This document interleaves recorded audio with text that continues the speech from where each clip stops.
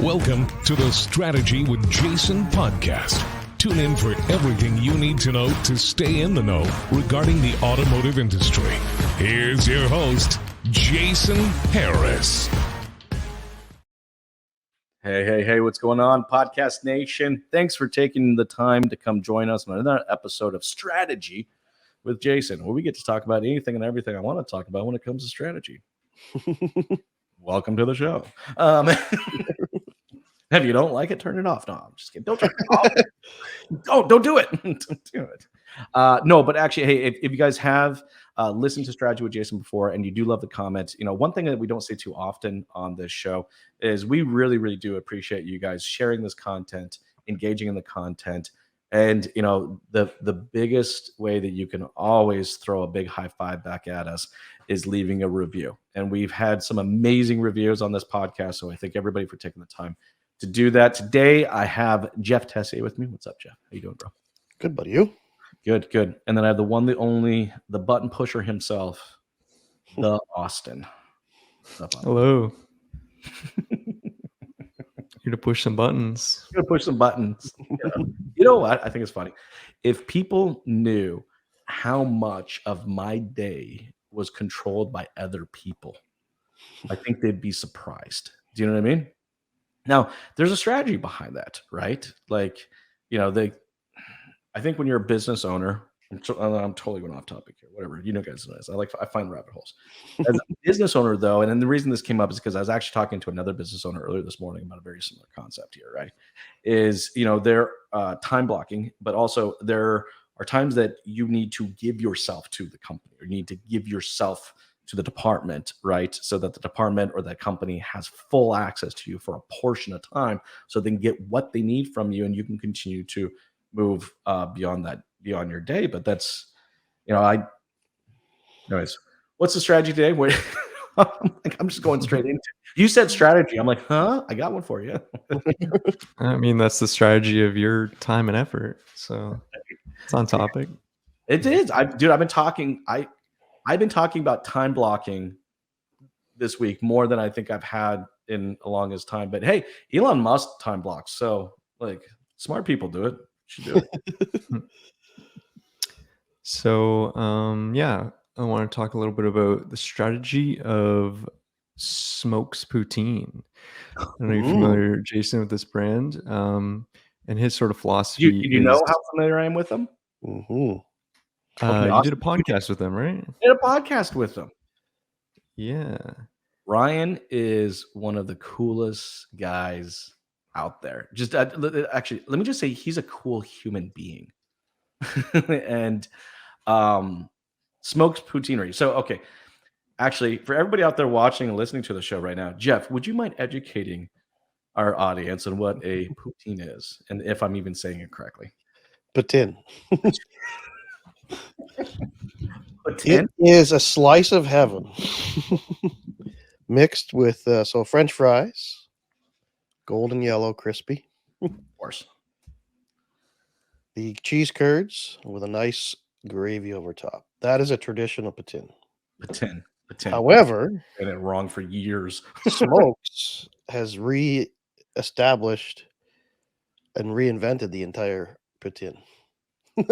You're a fan too? Experience. Oh, it is unreal. And to the point where there's a lot of people copying it now, right? I mean, I don't know how big they are down there, but if anything, right? But we were at a car show, an 80s car show in Oakville. I can't remember the name, Oblivion or something it was called. And there was food trucks there, and trying to emulate the same idea. They didn't execute as well, but you see it almost every time there's a rib fest or a thing. There's somebody trying to emulate that same. And I think you had an experience where it was at the airport somewhere that you ran into one of those. I did. He actually expanded into burritos. That's what it was. I couldn't remember. Yeah. I was posting it online and how excited I was the fact that he expanded into burritos. So, okay. So when you meet Ryan, he is a hell of a character. All right. He will tell you that his goal is global domination of Putin. Like it is, he wants to make it a global phenomena. Does the article say how big he is these days? Because I cannot keep up with how fast he's growing. Yeah, I think he, it does say he wants to. He's about to open a franchise in Qatar. Jeez. In Dubai, I think he But already did. Maybe. his properties are worth more than 4 million.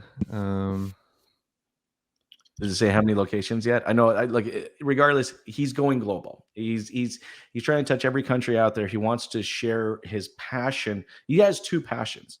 He has a passion for 80s hair bands and rock and roll. Yeah. All right. And a passion for Putin.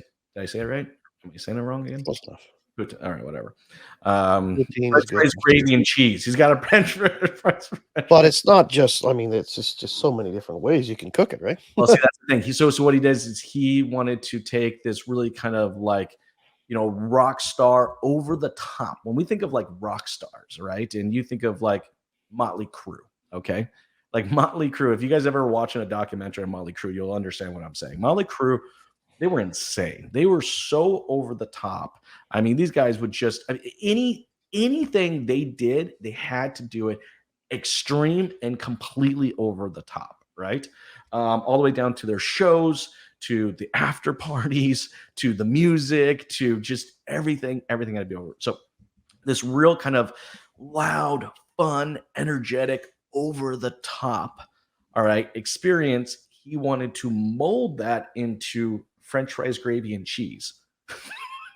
Now, when I think of French fries, gravies, and cheese, I don't typically think of Motley Crue, rock and roll, hair bands, plaid. Oh, by the way, there's the other thing. He's got a monster passion for plaid. You want to throw that one more time? I think my passion for orange is equal to his passion for plaid.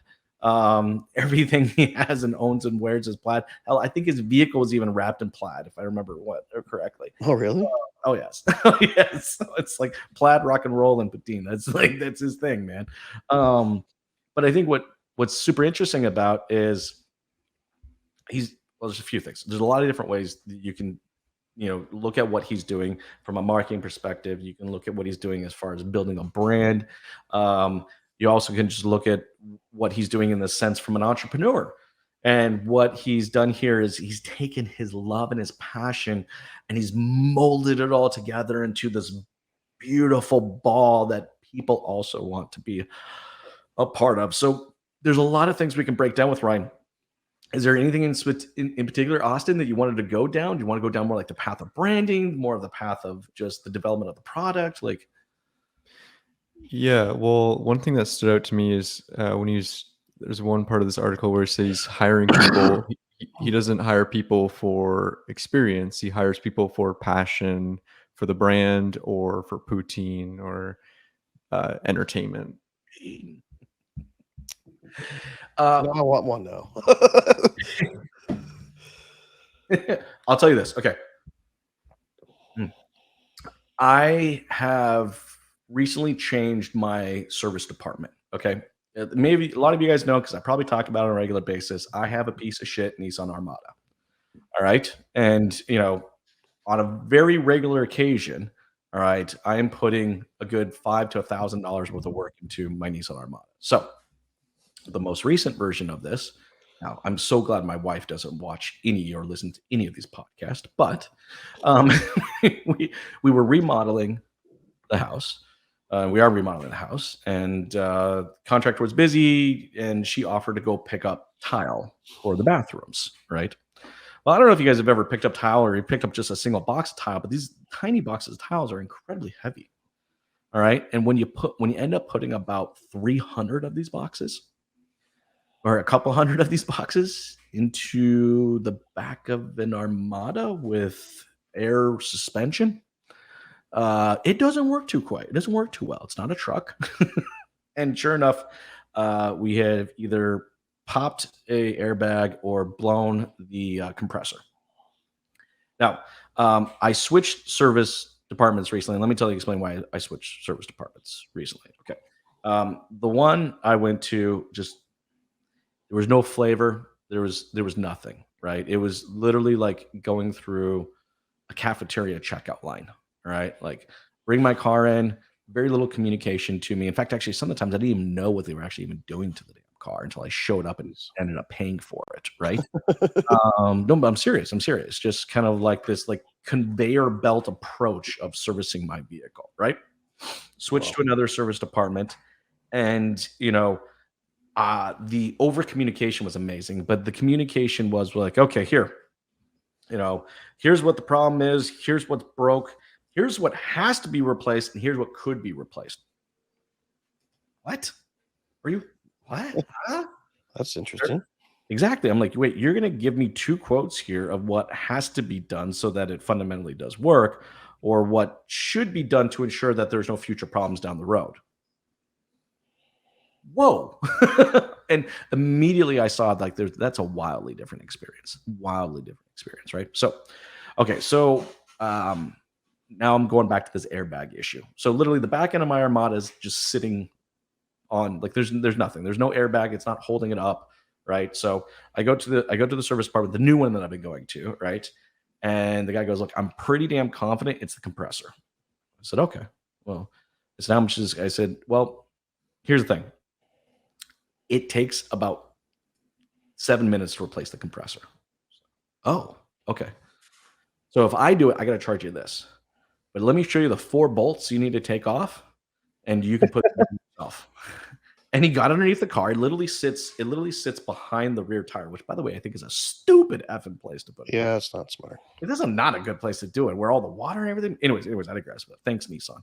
And then not only does that, then he goes and shows me, and he goes, hey, order it from Nissan. It's going to cost you $897. Here's the exact same part on Amazon from the same company that actually makes it, and it's $216. What? So he actually sends me the link. He's not even getting the work at this point. He actually sends me the link. Now, again, will his dealer appreciate the fact that he's doing that? Probably not. Right? But I'll tell you what, though, I have sent customers to him. All right. I have praised this dealership's name as many times as I possibly can. All right, to as many people as I have, because their approach to the customer, not to their approach to the service itself. Right. So, and I think this is the same thing here, right? Like, all right, like you go, no, we're talking about lunch. Okay. So let's just say this lunch, all right? You go to Subway, all right, they're making your sandwich, and it's just like, would you like, no eye contact, no nothing, right? What cheese? What turkey? There you go. And just go on. Like, it's just that is not the case when you go to a smokes machinery. Like, you go there, they are like eye contact. They're smiling. They're excited to see you. They're happy to see you, right? And they are jacked and excited to share their passion around cheese, gravy, and French fries. And they're going to show you not only that, but the 29 different ways that they've changed everything. You can have everything from roast beef to barbecue on it to tikka masala on it. Like, I mean, they've made a version of poutine for actually anybody and everybody out there, right? But their passion speaks through it. So it doesn't, but I think what the key thing to break down here from a strategy perspective, and Austin, you mentioned it, it's who you hired, right? Who you hire is the person, not necessarily the product in this case, because the product can speak for itself, but that's one thing, right? Like, I can get my vehicle serviced at many different Nissan dealerships, all right? It's the same product, right? But the person associated with that product is what makes a huge difference, And I got to be honest with you, this new dealership that I've been going to, I have a whole nother level of trust with them that they don't even, like, last time I dropped it off for an oil change, they're like, hey, do you want us to check this and this? I said, whatever it needs to be done, just go ahead and do it. I don't care. Well, what if it's that? It's okay. If you tell me it needs done, I'm not even going to question them. My level of trust with them is so incredibly high. I'm not even going to, and the funny thing is now I'm taking my other Nissans to them as well. But anyways, I digress. Okay, so strategy, people strategy. This is what we're talking about, guys. We're talking people strategy. I know I've been talking around the subject for a little while, but we're talking about the strategy of people.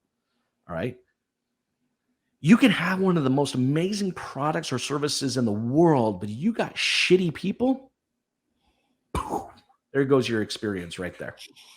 You guys have probably felt that as well. The funny thing is actually flip it the other way. You get a mediocre product or service, but the people, all right, can elevate the crap out of it. Jeff, have you experienced this? Austin, have you? Yeah. What's a good example? Where the people made the big difference. I know of one if you can't think of one. Me and Jeff had this amazing dinner at the JW Marriott. Oh yeah. Right? And it's funny, it's because it's what comes to mind. It was so the dinner was so the dinner was so good that I can just recall it like that. And it's been what, maybe a couple of years, something like that. Over a year, but Over a year. Okay. All right. It was the person. I mean, don't get me wrong, the food was good. yeah, I mean, but man, that waiter made from the moment we walked in, right? Yeah. Like just made the whole experience. It just felt like, there was just this person had this unnatural, just kind of very natural ability to, even though the restaurant was busy, it was busy because it was like a Friday night or something like that. It was busy, all right, but it was like, I don't know, you just felt like it's just 100% going to take care of you, no matter what, right? It was just going to pretty much just kind of like almost kind of just draw you along through this experience. I actually don't even know if I remember picking up a menu that night. No, I don't think we did. He started to, obviously when you sit down, they talk about specials, but he was engaging with the specials and how great they were and why he thought that was the right fit for us. Cause he asked us questions as well at first, right? What were you guys That's what we've been doing that day. What were you looking at to do? And blah, blah, blah, blah, blah, all that stuff, right? Because what was that place? It's is it a Chop Steakhouse? Yeah, it was a steakhouse. Yes, it was a Okay. steakhouse. I don't even remember the name of this. Is it Chop? I think it's Chop, but I don't Could be, remember. could be. But that guy was amazing. And then he walked us through. I would classify that night as an immersive experience. Well, because from that moment on. we didn't make a choice. We did make a choice. Here's the choice that we made. We made the choice in him. Yeah. And then everything from that was just like, it almost kind of like figure like you're like choosing like a guide. Like when I went fishing, I picked a guide and he just kind of like guided me through the lake. Right. It was like and I just never really kind of thought that this would that kind of experience you can get at a restaurant. But guys, I'm talking about a meal. Okay, yeah, it was an expensive meal, but I don't think the meal was expensive. It was the wine that was expensive. That wine was expensive. Okay, but it was he was driving the boat. We were along for the ride. Do you know what I mean? Enjoyed every aspect of that ride. Just 100%. It was just like kick back, rest your feet up. I'm just going to take you through this whole ride, but that was the person, not necessarily the product or service, guys. So you can see, like, I know we're harping on this and maybe we're dragging this out, but I just can't express enough. All right. It's people, process, and technology. And man, you can have process and technology, but if you don't have the right people, you are screwed, And it's hard to get people to see that as well, right? I had one service advisor that was pretty good, like on the phone and whatever, but in person, which was devastating. I had to let her go because she couldn't get over it. I always said, if I got a camera on you to watch you, how you deal with customers, it's unreal. Head down, no eye contact. Very, and just cold, and like you were interrupting her day somehow. But once she got to know the customer, she was awesome. Mm-hmm. But that first initial, walk up to the counter, and it was just like you just shat in her cornflakes or something, right? You've got to, I know it gets repetitive, right? Because I did that job for so long. You've got to treat every customer like it's the first time, like their experience is going to be the greatest that day, whether they're in a good mood or not, right? Because I mean, obviously not everybody comes into the dealership, they're under stress, they got work they're thinking about, they're probably late for work, they got to get to the meeting, they don't know how much their car is going to cost to fix. You've got to set them at ease and just say, don't worry, I've got this. You do. And as a business owner, that's what you need. You need to have a strategy behind it. And then going back to the article you popped up, right? That's what Ryan Smoklin has done here. Okay. Not only has maintained a bar of a quality of product, because the products, Jeff, come on. Yeah. Dude, it's when it comes to gravy, and not just gravy, but just any variation you could ever possibly think. You guys have to check out the website. You have to see all the different areas. It's insane. Like I think he did one with duck. I remember there was one like this, like a roasted duck on it. But anyways, I digress. Anyways, but again, the product's only as good as the people that then serve us product, right? The product can carry the experience only so far. It's the people that bring it all the way home. And that's what he's talking about there. And I know that he's hugely passionate about it because he talked a lot about it on the podcast that we did. I think it was maybe a couple of years ago. Even then it was a big deal, right? But what I find interesting with him is do you have the menu pulled up? I want to see it. Okay, which one? All right, Austin, which one's your favorite? Let's do this. Let's see, we got I Korean. might go for the Korean. That looks good. I don't know, man. That bacon cheeseburger. Look at this, and you can Pierogi. ooh, nice pulled pork. All right. Well, let me see that chicken one. Chicken Inferno. I've had that Chicken Inferno. Now I like spice, and I like a good brow sweat when I eat. That thing will definitely give it to you for sure. I'd be interested to try that butter chicken. A butter chicken one, dude, is like seriously dope. Is so good. It's so good. But again, guys, this is what we're talking about. Like, see, here's the thing: amazing product. It will take you so far. The people will take it all the way through creating an experience. You guys need to have a strategy around that. I think it's super important. All right. I know we're getting towards the tail end, so we probably got time to kind of jam about one other. Is there anything else strategy-wise you wanted to go over today? Yeah, like I guess you covered it, but in terms of like choosing like what to look for in new hires is sort of a lot of people tend to look for who's got the most experience, but I think he took a new approach and sort of went with the whole who's got the most energy and the most passion, and maybe that's something else dealerships can look at in terms of it should be part of the criteria. interview. It should be part of the interview process, right? Like it's like I'm in the middle of hiring some new salespeople, right? And I met with someone the other day that, from a resume perspective, technically has it all, right?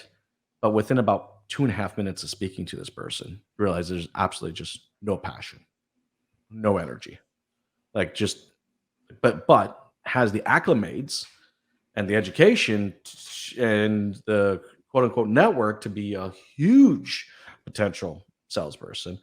But I just, within the first 3 minutes of the conversation, I was like, this would be I can't, there's not the people element, right? So then I had another interview with another person who doesn't have the resume, but the passion, holy crap, the passion was there so much. You can see where I'm probably going with this, but I definitely, to your point, Austin, I think it needs to be a part of the interview process. I would hire, personally, me, now not everyone's the same, I would hire passion over experience every time.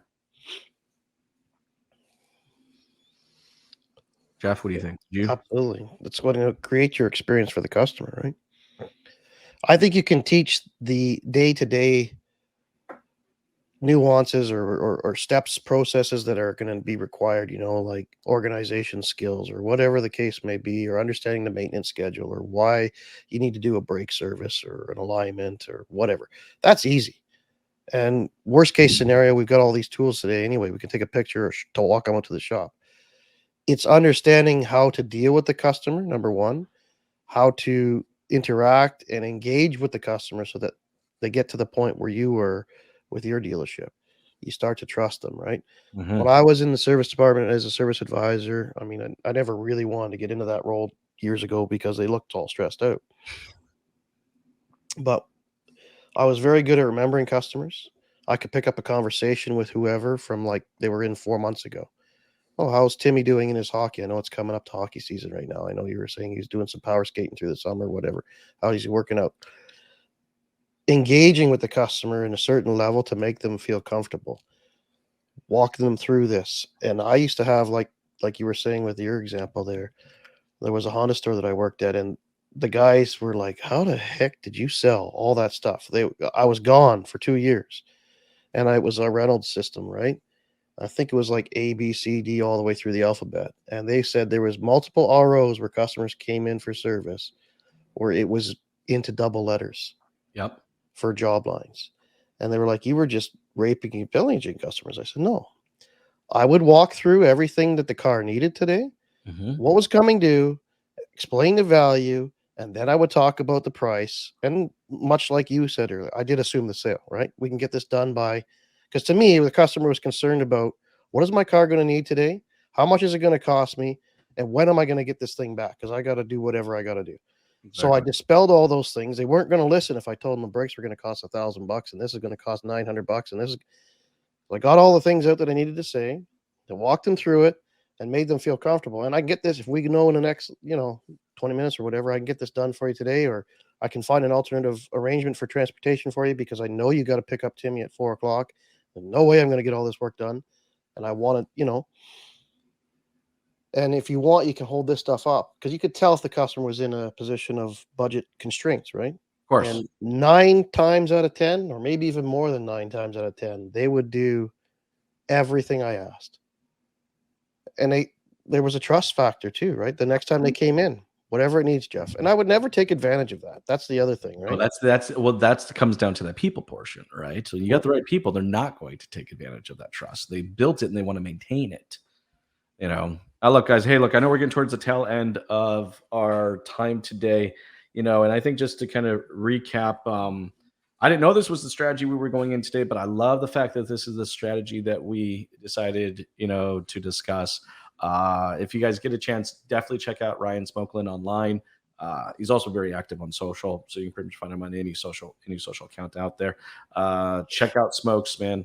Seriously, amazing product. But like we said, products is only going to take you so far. The people is going to take you to that next level, which really generates an experience. Finding those right people, needs to be really kind of, you're looking for the people with the passion, and it's part of that interview process. A resume is great, experience is great, but again, that only takes you so far when, that consistent passion and energy and love for what it is will really make that person, ultimately just a significant part of your operations in a way that you just may not have, right? And we encourage you. It needs to be a part of your strategy. It's a people, process, technology game. Step up your game on the people side, and you're going to see some amazing things happen to your operations. Yep. Hey, guys. Hey, for everyone out there watching and listening right now, you guys enjoyed this content, this podcast, please make sure to go strategywithjason.com for additional content. And the best thing, if you're enjoying this, you like this, guys, hit the like button, engage, say hi. And if you really want to give us a high five, we love a review. Thank you so much, guys. You guys have a wonderful day.